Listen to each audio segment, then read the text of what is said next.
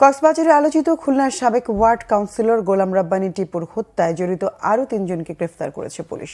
তারা হত্যার দায় স্বীকার করেছে বলে জানায় পুলিশ। সকালে পুলিশ সুপার কার্যালয়ে এক প্রেস ব্রিফিংয়ে জেলা পুলিশ সুপার রহমতুল্লাহ জানান, মঙ্গলবার মৌলভীবাজারের জুড়ি থানার চা বাগান এলাকা থেকে তাদের গ্রেফতার করে পুলিশ। পরে তাদের নিয়ে কক্সবাজারের একটি হোটেল থেকে হত্যাকাণ্ডে ব্যবহৃত আগ্নেয়াস্ত্রটি উদ্ধার করা হয়। এরা হলো শাহরিয়ার ইসলাম পাপ্পু, গোলাম রসুল ও হত্যাকাণ্ডের দিন টিপুর সঙ্গে হোটেলে অবস্থান করা নারী ঋতু।